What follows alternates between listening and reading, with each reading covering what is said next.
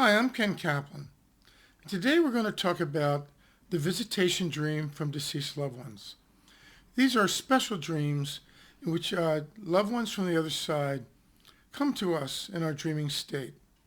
What's unusual about these dreams is they're not part of our subconscious mind's assemblage or projection of symbols and narrative, but actually come from outside the realm of what we call the subconscious or unconscious mind, beyond the ego personality construct. Most people report when having these dreams that are legitimate visitations from those that have departed. There's a vividness, there's an aliveness, there's a lucidity, there's a brightness, and there's a depth of feeling that is markedly different than what we usually feel in our regular dreams. Most of these dreams are comforting to feel that our loved ones are with us, and often surprising and often stunning, and they stay with us for a long time. One of the things I've found that is unusual about these dreams is that those from the other side seem to have a mysterious capacity to use the elements of our own subconscious mind to assemble scenes, narratives, elements, situations, and the way they behave that will heighten or amplify a message that they want us to have. Why this is so, we don't know. We don't know why the dreaming mind does this. But it's even more striking in the visitation dream that our deceased loved one can actually create a scene that will send a specific message. Sometimes this is direct and is not problematic, but sometimes it's confusing. And at best, it can be confusing to not know what the message is. And at worst, at times it can be harmful because we do not understand the symbolic nature of what they are saying. I'm going to give you a quick example. I was at a library and I was giving a talk on dreams. And a woman told me she had a visitation from her father, who had died sometime before. But in the dream, he was seated at a bus stop on a bench.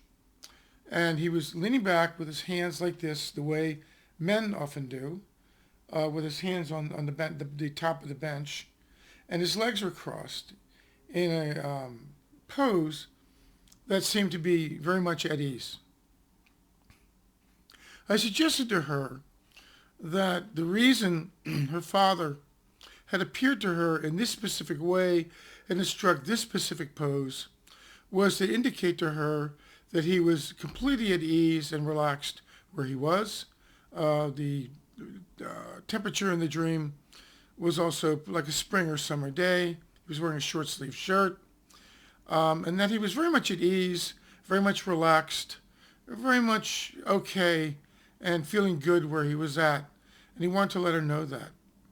Now, buses are vehicles that take great amounts of people at one time.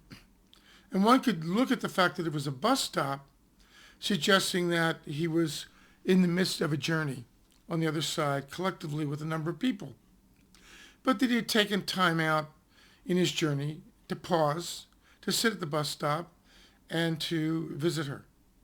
And so we have two elements going on here that were arranged by him and not by her subconscious mind. She was very satisfied with that response and felt that there was a lot of truth to it, and took a lot of good feeling that her father was doing okay. Now, I said before, however, there can be troubling messages or messages that we don't understand by the way that our loved ones position themselves, by their behavior, by what happens in the dream, by the narrative, by the scenes they construct. And I said at best this can be confusing. At worst it can really cause us problems by not really understanding. We might say to ourselves, well, why don't they just directly tell us what they want? And I have to say that like the dreams that come from our subconscious, they just don't work that way. We would like them to work differently, but they don't. This is the nature of the way they are and the way they present themselves. And so it is important for us to learn their language. Now, what I've put on my website a longer video than this. This is a little introductory piece where I will take two more dreams, one that has more consequence than this one, that was important for a woman to understand, and one of great consequence that was actually life-changing for someone to understand in detail and understand explicitly what her father was trying to tell her. And she needed my help in order to do that. And this is a strength of mine, along with my capacity to help people with their regular dreams, to work with these kind of dreams. So if you go to my website, which will be linked below in the chat, or if I'm on Facebook, in a comment section, you'll be able to go, and I'll have a longer talk about this, which I'll bring up a couple of more dreams and go into more detail. But this is a little bit to wet your whistle in terms of saying that these dreams are not always what they appear to be, and a lot more is going on in them than sometimes we think. And it is helpful for us to really understand dream language, because these are important dreams. All dreams are important, but these are particularly important dreams when we get visitations like this. And the more we understand the messages our loved ones are trying to send, because on the other side, my experience is they know more about us than we know about ourselves, the greater we're able to receive what they're trying to tell us.